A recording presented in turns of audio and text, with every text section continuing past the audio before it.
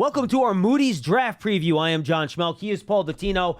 Heading up to the draft, we're going to take a look at the Giants in rounds 1, 2, and 3, talk about needs and players that might fit those needs for the Giants based on what we've seen from mock drafts and other analysts who have connected players to the Giants. So let's start with the first round up here, Paul. The Giants are selecting at number 6 overall, and we're looking at offense here because of the nature of the draft class. Quarterback potential, wide receiver potential, offensive tackle potential, maybe a tight end, we'll see. So let's talk about those last two first, because only two players in the mix there.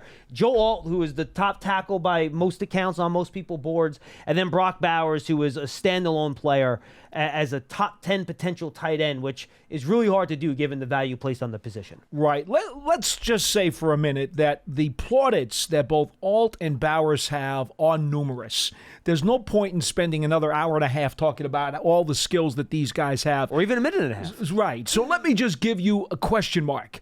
For Alt, he's never played right tackle before.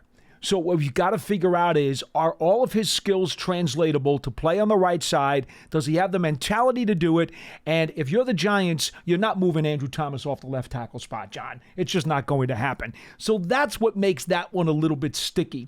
For Bowers, two things that I wrote down about him. Now, when you look at his measurements, strictly his measurements, the length is a little bit of a question. And quite frankly, his total frame is a little bit of a question because he's not as strong as you'd like him to be.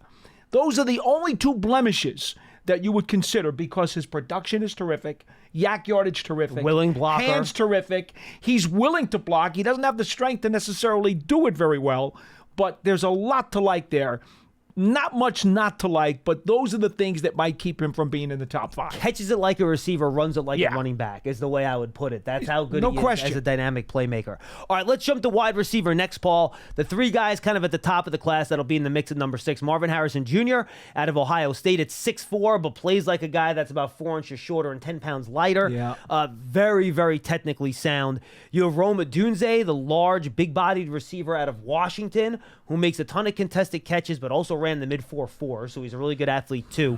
Also really good character off the field. And Malik Neighbors, this super explosive run after catch wizard from LSU, who by the way is also a pretty good route runner, is good with contested catches.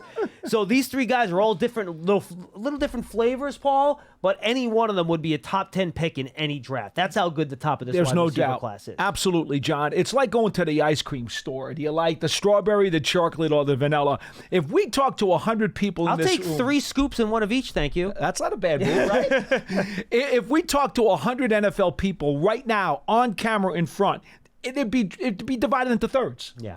And in all honesty, you would not find the same 3 all the way through in the same order. That's just not the way it's going to be. Odunze, obviously, the bigger, taller guy with the longer reach. Neighbors, the shorter one. But Harrison in the middle. And the truth is, they're all going to be great. Yeah, and the Giants, they'd automatically be a number 1 wide receiver. I'll just say this to separate him a little bit. Neighbors is the guy you'd probably run in the slot a little bit more than the other two, who you would just stick outside and let them be that extra receiver. I concur totally. Neighbors can do that, but he's a guy that you would probably want in the slot to take advantage of him in space. All right, let's get to the quarterback position here, Paul.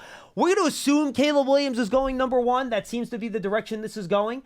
We don't know about the Commanders at 2 yet, though. The Jaden Daniels rumors are rampant. So we're talking about Jaden Daniels, J.J. McCarthy, and Drake May as 3 potential quarterbacks that could get to 6, or you theoretically could move up for if you really like any of those players. Real quick, McCarthy, national champion, accurate, good arm, doesn't have as many throws, doesn't play from behind a ton. The film is just not as thick as the other guys. Him and May are both only redshirt sophomore, so they don't have just playing film on tape. May is a physical marvel, makes all the throws, dynamite arm, really good athlete, scatter shot accuracy. And then you have Daniels, who's very accurate, throws a really nice deep ball, and just runs like the wind. So that's kind of where you are with these 3 quarterbacks. Yeah, and to be honest, May's got a few mechanical things to clean up with his feet, and I get some of that. And McCarthy, quite honestly, he only started for a couple of years. Let's not forget that. I mean, both of these guys are inexperienced in comparison to some of the other quarterbacks in this draft who have played 4, 5, and 6 years. Daniels, 5-year starter. Exactly. 50 games. So you're going to have to work with these guys. I think it would actually do justice for whoever winds up picking any of these quarterbacks, these younger guys, to let them sit for a year. I really believe that, but you know how it goes, John. No, absolutely, and that'll be a decision the Giants have to make as to whether or not one of these guys has the special traits they're looking for at the quarterback position. That's our Moody's draft preview. A look at round one. For Paul Dottino, I'm John Schmeelk. We'll talk to you next time, everybody.